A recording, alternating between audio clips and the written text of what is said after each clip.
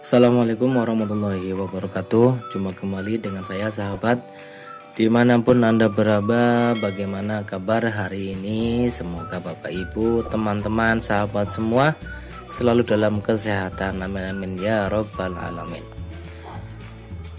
Bapak Ibu operator lembaga PAUDku, LPK, TPK, Madin, dan Pondok Pesantren, ini ada informasi yang penting ya bagi lembaga TPK ataupun operator yang belum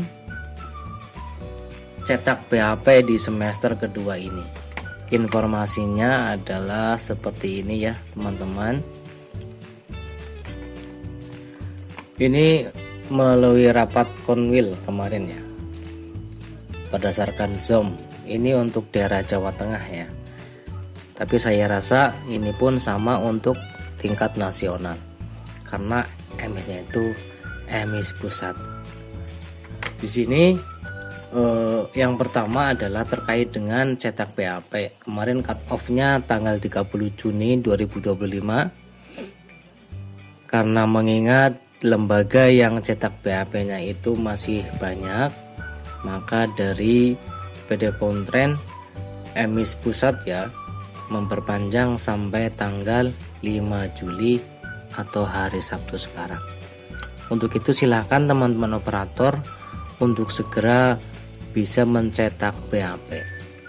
Terus kemudian ketika teman-teman operator di semester ini tidak bisa cetak PAP, mungkin terkendala apapun itu namanya, maka ada tindakan tegas ya dari Kementerian Agama, yaitu satu, semua pelayanan tidak akan diproses seperti surat keterangan terdaftar, surat rekomendasi ketika panjenengan melakukan ataupun mengajukan proposal bantuan untuk rehab ataupun BOP ataupun RKB ruang kelas baru dan rehabilitasi ruang kelas yang melalui Simba, dan juga bantuan untuk sikap ya biaya operasional untuk guru, maka itu tidak akan bisa direkomendasi ataupun diizinkan. Kemudian lembaga tersebut akan dicabut, artinya akan diberikan sanksi SK pencabutan lembaga. Dan yang paling ekstrim adalah status emisnya itu akan dinonaktifkan sistem oleh emis pusat. Maka ini jangan sampai terjadi, karena ini akan sangat rugi sekali. Untuk itu tugas operator ya, silahkan bagi yang belum cetak PAP sesegera mungkin cetak PAP. Kalau dibanding dengan tugas operator yang semester pertama atau semester ganjil itu lebih artinya bukan lebih berat ya, karena ini sudah menjadi tugasnya operator. Artinya di semester pertama itu lebih banyak tugasnya dibanding di semester kedua ini. Apalagi kalau panjenengan sudah beres semua terkait dengan data kelembagaan ya, di profil dan di mudir kepala, kemudian di sarpas sudah sesuai dan di kurnya sudah sesuai, ya tinggal enak kita tinggal cetak PAP saja. Kemungkinan bagi yang merasa sulit itu karena memang di semester pertama ataupun dari awal mempunyai akun emis itu tidak terjamah ataupun tidak digarap sesuai dengan per semesternya. Untuk itu silahkan Bapak Ibu, kalau ada kesulitan bisa komen ya di video ini, ataupun bisa DM langsung ke sosial media saya, bisa dilihat di link deskripsi video ini. Silahkan Bapak Ibu DM untuk bisa membantu kalau memang bisa saya bantu. Oke, terkait dengan cetak PAP, panjenengan kemungkinan sudah paham semua ya. Kalau memang belum paham, mari kita ulas kembali. Di sini panjenengan login saja nggih seperti biasa. Kemudian di sini sudah masuk tahun ajaran tetap ya, masih 2024-2025 di semester akhir ini. Ada waktu sekitar 3 hari lagi. monggo teman-teman dikebut. Oke, ini ditutup saja. Kemudian Bapak Ibu yang terpenting ya, ketika mau cetak BAP, kalau data ini sudah lengkap semua dari data kelembagaan, sarana, santri dan ustadz, dan juga rombongan belajar, Bapak Ibu tinggal menuju ke monitoring saja. Di form monitoring ini adalah untuk mengecek ya Bapak Ibu, mengecek barangkali dari 4 unsur ini ada yang masih merah ya. Kalau ada yang masih merah, silakan Bapak Ibu bisa diedit ataupun dibetulkan di 4 unsur ini. Monitoring ini sebagai kalau istilahnya itu pemberitahuan lah yang harus diperbaiki. Kalau di Dapodik itu ada invalid ya. Kalau invalid itu kan otomatis harus dikerjakan. Kalau warning itu masih bisa lah, tidak masalah. Nah, di sini ada 4 kelembagaan, sarana prasarana, santri dan ustadz. Ini yang harus tidak ada data yang merah. Silakan Bapak Ibu fokus di sini dulu untuk bisa cetak BAP. Terkait dengan cara memperbaiki kelembagaan yang masih merah, sarana prasarana, santri, ustadz, ada di video saya yang terdahulu ya, ataupun yang kemarin. Tapi saya rasa ketika sarpras ini sudah betul di semester pertama, ya nanti di semester ini, semester keduanya, Bapak Ibu enak tidak usah diedit kembali karena sudah sesuai. Paling di data santri, itu pun kalau ada santri tambahan ataupun pindahan yang tarik data dari emis lain. Silahkan dicek. Contoh di kelembagaan di sini ada 4 elemen yang harus bisa diisi semua. Identitas, lokasi, galeri foto, dokumen perizinan, dokumen ijab pertama, dokumen ijab terbaru.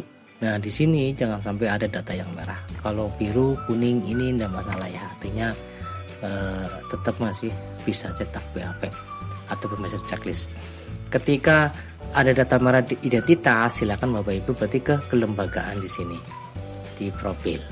Ini ada di identitas. Nah, di sini ya, identitas. Terus ketika panjenengan merahnya di bagian lokasi, silakan diisi. Tapi kalau di semester kedua ini biasanya sudah terkunci ya kalau lokasi itu. Nanti isinya di semester pertama. Artinya ini berarti tidak ada data yang merah pasti. Kemudian di galeri foto sama di profil ini ya, dokumen perizinan, ijab pertama, ijab terbaru. Kalau Bapak Ibu ijab pertamanya ada, silakan diupload. Kalau dokumen ijab terbarunya ada, silakan juga diupload. Artinya berarti bagi lembaga Bapak Ibu yang sudah pernah mengajukan izin operasional yang terbaru ataupun perpanjangan registrasi LPG lama ya, kalau di TPG itu. Kalau di madrasah berarti Sitren.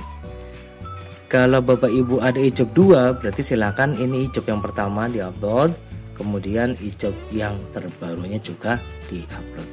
Setelah itu di sarpas, tapi kalau sarpas ini kayaknya sudah sesuai kalau semester pertama itu sudah betul. Kemudian di santri jangan sampai ada yang merah. Artinya merah berarti di sini tidak ada conteng ya Bapak Ibu. Kalau di sini ada yang kosong, maka harus dilengkapi di bagian mananya dulu.